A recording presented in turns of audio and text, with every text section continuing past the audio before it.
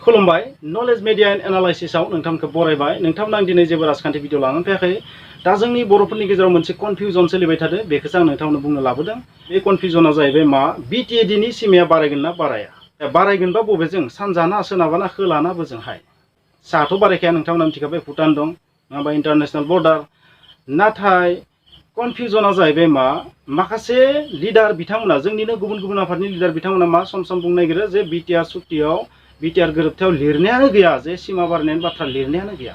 नाथाय बे बाथ्राया बेसेबां सैथो, माने आंबो कनफिउस मोनसे जादों, नंमारगोना नंमारा बाथ्राया। एक्सक्लुजन आरो इनक्लुजनाथ' दोङो, नाथाय माबादि बेनि कनसेप्टआ बोरै? साधारन सुबुंफोरा थारैनो बेखौ बुजिनो हामारदोंना ना हायाखै, बेखौ जों दिनै नायगोन। जिहेतु जोंनि बर' सुबुंफोरनि गेजेराव माखासे कनफिउजन सृष्टि जाबाय दं, नङा होमबा? बिटिआरनि एरिया इनक्रिज जागोन ना जाया, सानजाहा बांगोन ना बाङा, बेबायदि जादों। थारैनो बांगोन ना बाङा, बे बाथ्राया बेसेबां मोजाङै दफाफोराव लिरनाय दं, बेखौ जों एसे नायनि मा लिरनाय दं बेवहाय। बेवहाय 2 नाम्बाराव दङ अबजेक्टिभ्स अफ दा MOS, नङा होमबा? Memorandum of settlement. दा बेवहाय फार्स्टआवनो दं नाम्बार 1आव मा दं? To augment area and powers of BTC and streamline its functioning. नोंथांमोना थारैनो मिथियाखौ अगमेन्ट माने मा। जुदि नोंथांमोना बेयाव मोजां क्लियार बुजियाखैबा 3rd नाम्बारसिम फै। Alteration of area of BTAD। Alteration of area of BTAD। Alteration मानेथ' सोलाय सोल'बो जानो हागौ, इनक्रिजबो जानो हागौ, नङा होमबा? नोंथांमोना 3.1A बेखौ नायालासिनो सिङाव रमान नाम्बार 1, 2, 3 नुदों, नङा होमबा? सिङाव रमान नाम्बार 1, 2 नुदों। बे रमान नाम्बार 1आव दं मा, inclusion of villages contiguous to BTAD and having majority tribal population as demanded by Bodo' organisations, माने एबसु जानो हागौ, NDFB जानो हागौ, बेबायदि। आरो exclusion of villages currently under BTAD which are contiguous to non 6 schedule area and have majority non tribal population. बेवहायथ' रोखाय लिरनाय दं, नङा होमबा? रमान नाम्बार 1आव मा लिरनाय दं? Inclusion of villages contiguous to BTAD and having majority tribal population. Majority थानाय जानांगोन। बेवहाय 6 शेड्यूल नन 6 शेड्यूलनि बाथ्रा गैया। जुदि दा थानाय जि BTAD, बे BTAD जों नांजाबना थानाय गामि, नङा होमबा, सिमानि गामि, किन्तु मा जानांगोन? मेजरिटी ट्राइबेल पपुलेशन जानांगोन। मेजरिटी ट्राइबेल पपुलेशन, बर'बो जानो हागौ, गुबुन ट्राइबेलबो जानो हागौ, नङा होमबा? ट्राइबेला माखौ होनो नोंथांमोना थारैनो मिथियाखै। 6 शेड्यूल नङाबाबो दाजाबनो हागोन, बेबायदि बुंदों। 2 नाम्बार मा होनदों? Exclusion of villages currently under BTAD। BTADनि सिङाव थानाय गामिफोर, माने which are contiguous to non 6 schedule area, जायफोर गामिया नन 6 शेड्यूल एरियाजों नांजाबना दं, जेराव ट्राइबेलनि पपुलेशना मेजरिटी नङा, and have majority non tribal population, माने नन ट्राइबेल सुबुंफोरनि पपुलेशना मेजरिटी, बेबायदि गामिखौसो दानख'नाय। आरो सिमा बारायनायनि बेलायाव नाय 3 नाम्बार मा, increase in constituency of BTC up to maximum 60 seats after alteration in the area without adversely affecting the existing percentage of reservation of tribals. 60 seatसिम increase खालामनाय जागोन। हमनानै लाबाय, नोंथांमोना जुदि बुजिबा, हमना ला गामि दाजाबदो, गामि दानख'दो, गामि दाजाबनानै बै दाजाबनायखिनियावनो नोंथांमोना गोदान गोदान कन्स्टिटुएन्सि बानायगोन, बिदि सानदों नामा? बिदिथ' जाया। जिहेतु नांजाबना थानाय एरिया बे थाखानाय कन्स्टिटुएन्सियावनो थाखागोन। स' बेवहाय मोन 20टा कन्स्टिटुएन्सि बारायनायनि बाथ्रा होनदो। आरो बेवहाय होनदो एल्टारेशन इन द एरिया, थारैनो इनक्रिज खालामनांगोन। इनक्रिजखौ माब्लाबाबो खोलाहाथिं बारायनो हाखाया। स' इनक्रिजआ सोनाबहा नङाबा सानजाहाल'सो जानांगोन। मोननैल'सो पसिबिलिटि दं, मा, सानजाहा नङाबा सोनाबहा इनक्रिज जानांगोन। सोनाबहा इनक्रिज जाखाया, जानायनि स्कप गैया, चान्स गैया। वेस्ट बेंगल, नङा होमबा, बेजोंथ' स्कप गैखाया। आरो खोलाहाबो बे इनक्रिजनि बाथ्रा बुङाखैमोन। बेवहाय खोला, साहा, सोनाब, सानजानि जेबो बाथ्रा बुङाखै। बे हिसाबैथ' जों ओरै बुजिना लानांगौ, जायखिजाया डाइरेक्सनावनो दिगा बारायनो हागौ। स' बेवहाय मोनथाम बेलेग बेलेग अपसन दंखायो। स' बेवहाय सोरबा सोरबा बिथांमोना, जोंनि लिडार बिथांमोना बुंनो नागिरो जे बेवहाय जेबो लिरनाय गैया, माने सानजाहा बारायनाय नङा, बेबायदि बुंनो नागिरो। नाथाय बेयाव लिरनाय थाबानो दि इनक्रिज जागोन, बेबो नंजोबा। बेयो जोंनि मेन्टेलिटिनि सायाव सोनारगोन, जोंनि बर' सुबुंफोरनि मेन्टेलिटिनि सायाव सोनारगोन। जों बे बाथ्राखौ जुदि लजिकेलि नायोबा, जोङो राजखान्थि लिडारफोरनि बाथ्राखौ खोनासङालासे लजिकेलि जुदि नायोबा, जोंनि इनक्रिजआ बोजों जागोन, थारैनो सानजाहानो जानांगोन। जायफोर बिथांमोना एक्सप्लेनेशनाव बुजियाखै, बिथांमोननि थाखाय आं मेप लानानै फैदों। गिबि गिबियावनो नोंथांमोनखौ मोनसे बाथ्रा बुंगोन, बे मेपआव जेबो स्केल गैया, मेजारमेन्ट गैया, जखा गैया। जास्ट आं नोंथांमोनखौ बुजायनो थाखाय लादो। बेनिखायनो नोंथांमोना ओरैबायदि सानना लाबायखौ जास्ट इलुस्ट्रेटिभ बे जाहैबाय BTAD नङा होमबा नैबे गोमो बाहागोआ BTAD दानिया बा इनक्लुजननि बेलायाव नोंथांमोनखौ आं बुंगोननाय बे बाउन्डारि हमनानै लाबाय जिहेतु इनक्लुजनाबो खोला खावसेथिं जागोन नालाय नैबे जों खोलाहा जाबाय साउथ हमना ला नैबेखिनियाव मोनसे जायगा दं नांजाबनानै एडजासेन्ट नांजाबनानै बेखिनि जायगा हमनानै ला पपुलेशना ट्राइबेला मेजरिटि बा मोनसे चान्स थागोन मा बेखौ बेजों दाजाबनो माने नैबे BTR दो बा BTAD होनना बुंथ'गोन जोङो BTAD दो दाजाबनो मोनसे स्कप थागोन दानिया एक्सक्लुजननि बेलायाव मा जागोन नाय एक्सक्लुजननि बेलायाव हमना लाबाय नैबे BTAD नि सिमा दानिया बे मोनसे जायगा आरो बे जायगाया मा जानांगोन नन 6 शिड्युल एरिया जानांगोन गोसोआव लाखि नन 6 शिड्युल एरिया बे नन 6 शिड्युल एरियाजों नांजाबनाय हमना ला BTR नि बेखिनि जायगायाव मा दोङो नन ट्राइबेल पपुलेशना मेजरिटि जुदि मेजरिटि जायोबा बिथांमोनखौ मा खालामनो हागोन दानख'नो हागोन थारैनो दानख'नो हागोन बेबायदि बुंदों दानख'नो हागोनसो होनदो हाथारगोन हाथारा बे उननि बाथ्रा जागोन हमनानै लाबाय नोंथांमोननि थाखाय आरो खिन्थाबोनि हमनानै लाबाय बे नांजाबनाय एरिया 6 शिड्युल एरिया जाबाय अब्ला बेखिनि जि जायगा नांजाबना दङ गामि नांजाबना दङ बे गामिखौ दानख'नो हानाय नङा दानख'नायनि अपसना मोनसेल' बिथिङाव थागोन बे जाहैबाय मा बै नांजाबनाय एरिया मा जानांगोन नन 6 शिड्युल एरिया जानांगोन आरो बेजों नांजाबनाय एरियायाव मा थानांगोन नन ट्राइबेलफोरा मेजरिटि जानांगोन 6 शिड्युल एरिया बा नांजाबनाय गामिया थारैनो ओरैबायदि बुजिबाय आङो जे बै जायगायाव पपुलेशना ट्राइबेला माइनरिटिबाबो दानख'नो हानाय नङा बेबायदि बुजिना लानांगोन नङा होमबा आरो सिमा बारायनायनि बेलायाव हमना ला सिमाखौ हाइपथेटिकेल आं भाबबाय बेसिम बारायगोन बे जाबाय भुटान बे जाबाय अरुणाचल प्रदेश थामहिनबा साहाथिं बारायनायनि चान्स गैया बे जाबाय वेस्ट बेंगल बेजोंबो चान्स गैया आरो खोला खावसेथिं जाहैबाय मा गामि दानख'नाय दाजाबनायनि अपसना थाहैबाय बे एक्सट्रा मोननै साब दफा दंखायो स' बेजोंबो जाखाया अब्ला गामि बारायनायनि अपसनाथ' लजिक हिसाबै एजोंल'सो थागोन नङा होमबा 20टा कनस्टिटुवेन्सि बारायनायनि बाथ्रा होनदों गोबां बिथांमोना बुंनो नागिरो मा दाजाबनाय दानख'नाय बारायनायनि जेबो अपसन गैया बेबायदि बुंनो नागिरो गैया नाथाय 20टा कनस्टिटुवेन्सिखौ बारायनांगौबा नोंथांमोना सानदों नङा बे सिमाखौ ओरै माने दाजाबनाय दानख'नायावनो जे 20टा एक्सट्रा कनस्टिटुवेन्सि बानायगोन बिदि जानो हाया खारन बियो नांजाबनाय कनस्टिटुवेन्सियावनो हाबना थाखागोन खायसे ओरैबायदि बुंनो नागिरो बै थाखानाय कनस्टिटुवेन्सिखौनो माने भाग खालामनानै फिसा खालामनानै कनस्टिटुवेन्सि बानायगोन बे भारत सरकारनि जेबो आयेनाव गैथ'वा उननिखौ आं बुंनो हालिया जायखिजाया जानो हागोन नाथाय बेवहाय आल्टारेसननि लोगोसे अगमेन्ट बे सोदोबाबो दं अगमेन्टनि ओंथियाथ' डाइरेक्ट बारायनाय इनक्रिज खालामनाय एनलार्ज खालामनाय स' बे एरियाखौ अगमेन्ट खालामनायबा सानजाल'सो बारायनांगोन नैबे 6 शिड्युल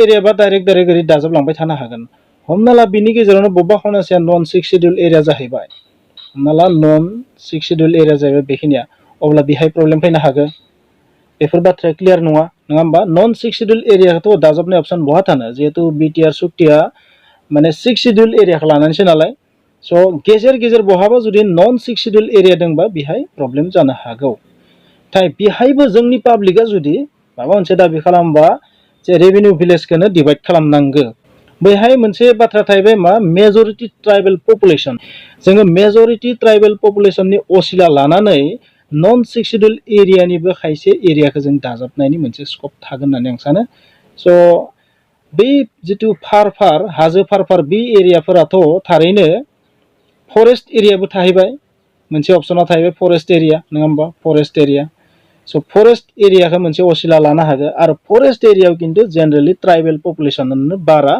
बे हिसाबै फरेस्ट एरियाबाबो 6 शिड्युल एरिया नङाबाबो फरेस्ट एरियाखौबो जोङो बेवहाय लाफाखानो नांगोन मानो होनोबा उइदाउट फरेस्ट एरिया मोनसे ओनसोल जानो हाया आरो जोंनि जग्राफिया मा BTRनि जग्राफिया मा हाजो गुदियाव स' हाजो गुदियावथ' फरेस्ट एरिया थाखागोन स' बेनिखायनो जों पाब्लिकआ जर होनांगोन जे फरेस्ट एरिया होननानै बेखौ जों दानख'नो हाया स' नोंथांमोना थारैनो हमनो हाबाय जे बारायनायनि मोनसे चान्स दं फरेस्ट एरियाखौ BTADआव दाजाबदोबा अब्लानियाबो बारायनाय चान्स दं। लोगोसे जिं जिं 6 शिड्युल एरियाबो दंखायो। बहाबा गेजेराव नन 6 शिड्युल एरिया दंबा बेयाव जुदि ट्राइबेलनि पपुलेसना जुदि माने मोजां रोखोमै साजायना दंबा बेखौ जोङो दाजाबनो थाखाय जुरो जायो। स' नोंथांमोना थारैनो बुजिबाय जानांगौ। खमसे खम जों 20टा कन्स्टिटुवेन्सिखौ बै सिमा बारायनायजोंथ' जाखायाना, बे साननाया गोरोन्थि जोंनिया, नङा होमबा? आरो बेखौनो थाखानायखौनो ओरै बाहागो खालामनानै 20टा खालामनायाबो गोरोन्थि साननाय, बेबायदि रुल्स गैया सुक्तियाव। स' थारैनो जों बारायगोन। स' बाउन्डारि कमिसना जों ट्राइबेलफोरनि फेभाराव, बर'फोरनि फेभाराव जुदि खामानि मावोबा, लोगोसे जोंनि बर'फोरा जुदि गोख्रों राजखान्थि जुदि खालामनो हायोबा, माइनरिटिबाबो नन 6 शिड्युल एरियाबाबो दानख'नो हाजोबाबो जानो हागौ, बा दानख'योबाबो सुपा हिसाबै दानख'नो गोनां जानो हागौ। बे बाथ्रा गोसोआव लाखि। नोंथांमोना जुदि दुर्बल दिन्थियोबा, गासै बर' सुबुंफोरा ट्राइबेलफोरा जुदि माने बारावनो बिरफायोबा, नन ट्राइबेलफोरनि राजखान्थियाव जुदि बिरफालाङोबा, नोंथांमोना माइनरिटि बा नन 6 शिड्युल एरियायाव दानख'जाफानो हागौ। बेनिखायनो मोनसे समाव जोंनि लिडारफोरा बुंदोंमोन मा, सुबा हिसाबै दानख'नो हागौ। स' जों दा मा नाजानांगोन, जायफोर बिथांमोना नन 6 शिड्युल एरियायाव कन्टिगुवास, जायफोरनि गामिया बिटिएडि सिङाव, जेराव नन ट्राइबेला मेजरिटि, बिथांमोना मोनसे बुस्थुखौ ट्राइ खालामनांगोन, नाजानांगोन, सुबा हिसाबै जेन दानख'थों बेखौ नाजानांगोन। स' जों दरकार राजखान्थि नांलायनाय, बिखौ बुंनाय बायदिसिना बुंनानै जेबो लाब गैया। बांद्राय राजखान्थि लिडारफोरनि बाथ्राखौ नोंथांमोना जुदि ब्रेनाव सोनानै लाहैयोबा नोंथांमोना माने खर' गुदुं जागोन। स' सोर सैथो बुंदो, सोर नंखाय बुंदो, नोंथांमोना हमनो हानाय नङा। नंखाय बुंनायखौबो थार बुंनाय बायदि मोनगोन, थार बुंनायखौबो नंखाय बुंनाय बायदि मोनगोन। स' राजखान्थिया ओरैबायदि मोनसे रोखोमनि माने रेन्डम प्रसेस, रेन्डमलि माने हाइडार एन्ड थाइडार मुभमेन्ट, बा हाइडार एन्ड थाइडार माने रेन्डमलि माने मिक्स आप कन्टेन्ट टाइपनि बुस्थु बियो राजखान्थिया। स' बेवहाय थार सैथोखौ हमनाया। नाथाय बेखिनियाव नोंथांमोन मोनसे बाथ्रा बुंगोन, जिहेतु जायगानि नामा बेवहाय लिरनाय गैया, बेनिखायनो आं दिनै बुङोबा सिमलुगुरिसिम, सदियासिम, बायदिसिम बेबायदि बुङोबा गोरोन्थि जागोन आंनिया। जायसिम बारायनायनि प्रप'ज खालामबाय थादोंमोन जोंनि लिडारफोरा, बै जायगायाव थानाय 6 शिड्युल एरियानि सुबुंफोरा टेनसन लानो गोनां गैया होननानै आं सानो। मोनसे जेंना जानो हागौ मा, बहाबा जुदि गेजेराव नन 6 शिड्युल एरिया दंबा, नन 6 शिड्युल एरियाखौ दाजाबनायाव गोबां जेंना सृष्टि जाखागोन। नन ट्राइबेल सुबुंफोरा हेंथा होखागोन, मास्ट बि। नाथाय बैहायबो जुदि ट्राइबेलफोरा जुदि मेजरिटि जायोबा जों राजखान्थियाव देरहानो हागोन। बे राजखान्थिनि खेला जागोन। बाउन्डारि कमिसना हारसिं बे खामानिखौ मावनो हाखाया। स' जोंनि बर'फोरा जुदि खौसे जायोबा, बेवहाय बर' होननाय माने बर'ल'दो जानाय नङा। बेवहाय जुदि ट्राइबेलफोरा जुदि खौसे जानो हायोबा, ट्राइबेलफोरा जुदि ओरैबायदि गोख्रों मोनसे राजखान्थि जुदि सृष्टि खालामनो हायोबा, अब्लानिया थारैनो बारायनो हागोन। नाथाय जों जुदि राजखान्थि बिथिङै उइक जायोबा, दिनैनि थासारियाव सिमा बारायनायनि बेलायाव बेखौ सरकारा हारसिं हानाय नङा। जुदि पाब्लिकफोरा माखासे गुलाय गुजाय जुदि राजखान्थि दिहुननानै होयोबा, सोरबा सोरनिबा रां लानानै, नन ट्राइबेलफोर लिडारफोरनि, नन ट्राइबेल आफादफोरनि रां लानानै जुदि नन ट्राइबेलनि राव बुङोबा ट्राइबेल सुबुंफोरा, अब्लानाथ' जेंना जाखानाय गेरेन्टेड। स' जायफोर बिथांमोना 6 शिड्युल एरियायाव दं, बिथांमोनखौथ' जोङो जेरैहाय दाजाबनो हागोन। नाथाय गेजेराव जुदि ब्रेकिं पइन्ट जुदि थायोबा, ब्रेकिं पइन्ट आं माखौ बुंदो, ब्रेकिं पइन्ट नन 6 शिड्युल एरिया जुदि गेजेराव दानस'नानै दंबा, नाथाय आं मिथिनायाव बेबायदि गैया। जाय जायगासिम माने बारायनो नागिरदों बिटिएडिनि सिमाखौ आरो बिटिआर खालामनो नागिरदों, माने गेजेराव बेबायदि ब्रेकिं पइन्ट गैया, नन 6 शिड्युल एरिया गैया। नाथाय साइडआव थानो हागौ, बा गेजेराव बहा खना खनला थानो हागौ। स' बेबायदि बिथिङाव आंनि बादिबा एसेबां साननो गोनां गैया होननाबो सानखाङो आं समाव। स' नोंथांमोना मा सानो मिथिया, नोंथांमोनहा कमेन्टआव लिरबानो जाबाय। आरोबाव नोंथांमोनखौ आं मोनसे बाथ्रा बुंगोन, खायसे बिथांमोना आंनियाव खायसे बेबायदि इमसनेल कमेन्ट लिरदो जे आमुक एरियाखौ दानख'नो नागिरदोंनो, माजबादखौ दानख'नो नागिरदोंनो, बेबायदि माखासे बाथ्रा कमेन्टसो लिरदों आंनियाव। स' बिनि सायाव भिडिअ बानायदोंमोन। स' बे बेलायाव आं मा बुंनो नङा होमबा, बे बेलायाव आं मोनसेल' बाथ्रा बुंगोन, नोंथांमोना जुदि 6 शिड्युल एरियायाव दंबा, नोंथांमोना जुदि मेजरिटिबा एसेबां गिनांगौ गैया होननानै आं सानो।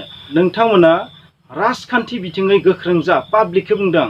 जायफोर राजखान्थि लिडारा जोंनि बर'फोरनि गेजेराव गुलाय गुजाय सोमजिहोदों, इलेक्सननि पारपसखौ लानानै, बायदिसिना पारपसखौ लानानै, पावारनि पारपसखौ लानानै, बेखौ नेवसिनानै नोंथांमोना समाजानो सांग्रां जानांगोन जे मा राहायै जोङो बिटिआरआव हाबनो हायो। पाब्लिक डिमान्डआ बांसिन मेटार खालामगोन होननानै आं सानो। नोंथांमोनहा गाव गावनो सांग्रां जानाया मोजां, माखासे गोरों गोरा सुबुंफोरनियाव एडभाइस लानाया मोजां। जाय बर'नि सेन्टिमेन्ट दं, ट्राइबेलनि सेन्टिमेन्ट दं, बिथांमोननियाव सोंनानै नोंथांमोना माखासे बाथ्राखौ मिथिनो लानो हायो। जिहेतु आल्टारेशन, सोलाय सोल', अदल बदल बेबायदि टाइपनि वर्ड दं बेवहाय।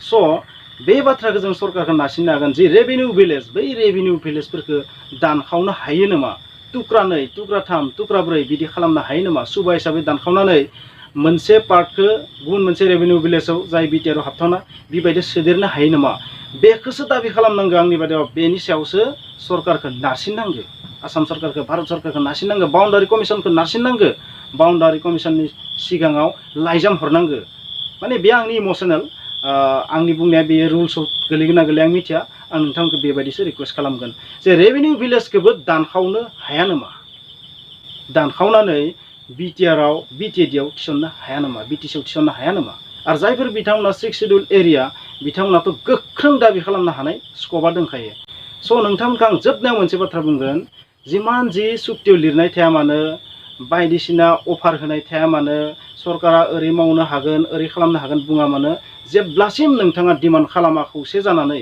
बिबो गाख्रावबायल' थाबाबो जानाय नङा राजखान्थि भाबैबो जों सांग्रां जानांगोन दिनैनि तारिखाव जोङो राजखान्थियाव जुदि एसे गोरोन्थि खालामोबा पलिटिकेलि जों जुदि एसे जुदि डाइभार्टेड जायोबा गोरोन्थि जायोबा अब्लाना खिन्थु हाबनो गोनाङाबो हाबाबो जानो हागौ बा हाबगोन होनै 20-30 बोसोरबो बारलांनो हागौ नोंथाङा जेबो खालामनो हानाय नङा बुहुमाव गोबां सुक्ति एकर्ड पिस प्रसेस गोरोबथा बायदिसिना जानानै थांबाय बुहुमाव गुबुन गुबुन हादोराव नाथाय माब्लाबाबो 100% मावफुंजाखाया बे बाथ्राखौ गोसोआव लाखि आरो ओरैबायदि खामानिया मावफुंजायो जेराव पाब्लिक डिमान्डआ जोबोर स्ट्रं दा बे मोनसे इस्युआ ओरैबायदि मोनसे सेन्सिटिभ इस्यु बेवहाय मा जानो हागौ कमिउनेल सृष्टि जानो हागौ बेनिखायनो बे सेन्सिटिभ इस्यु बेवहाय जुदि अभार सेन्सिटिभ नुयोबा बोरैबा जुदि गाज्रि रोखोमनि जाथाय जागोन बायदि सरकार आभास मोनोबा बाउन्डारि कमिसना जुदि बेबायदि आभास मोनोबा बेखौ मा खालाम दोननो हागौ मिथि मोनि समालागि हल्ड खालामनानै दोननो हागौ बे प्रसेसखौ जानाय नंला माब्ला बुंनाय नङा हल्ड होनना बुंगोन अब्ला नोंथाङा मा खालामगोन बेनिखायनो जों बर'फोरा राजखान्थि बिथिङै सांग्रां जानांगोन बे मोनसे प्रसेसआव जों खौसे जानांगोन आरो गासै ट्राइबेल सुबुंफोरखौ जोंनि फेभाराव लानो हानांगोन खारन बेयो बर' ना गैया बेवहाय ट्राइबेल होननासो दं ट्राइबेल एन्ड नन ट्राइबेल स' नोंथांमोनखौ मोनसे बाथ्रा बुंगोन माखासे बर'नि अनगायै गुबुन ट्राइबेलफोरा मा जायो गोबां समाव नन ट्राइबेल सुबुंफोरजों सरजाबफानो नागिरो बिसोरजों खारफानो नागिरो बेबायदि बिथिङाव जों जुदि बै ट्राइबेल सुबुंफोरखौ बर'आ फेभाराव लाबोनो हायाबा जानो हागौ जों बे खामानियाव फेलेंबो जानो हागौ 20टा कनस्टिटुएन्सि बारायनांगौमोन जानो हागौ 10टाल' बारायना थागोन मोनसे मोननैल' बारायना थागोन स' बेबायदि जानो हागौ जायफोर बिथांमोना गाव गावनि एरियाखौ माने दानख'जानो गिदों बिथांमोना आइडिया खालामबानो जाबाय जे बिथांमोना बेसेबां डिस्टेन्सआव दं बे बबेजों थांथावना बिथांमोननि खाथि खालायाव बबे हारिया मेजरिटि माइनरिटि 6 शिड्युल एरिया ना नन 6 शिड्युल एरिया बेफोरखौ आइडिया खालामनानै नोंथांमोना गावनो मोनसे कनक्लुजनाव लाबोनो हागोन समाजानो बे एरियानि सुबुंफोरानो जे नोंथाङा हाबथावना चान्स दंना गैया हाबथावना चान्स गैया जुदि हाबथावना चान्स गैयाबा नोंथांमोना मा खालामनांगोन माबा माबि कायदाखौ हल खालामनानैबाबो रेभिनिउ भिलेजखौ दानखावनानैबाबो हाबहैनो थाखाय सेस्टाथ' खालामनांगोन नाजानाय बेखौ जोंनो नांगोन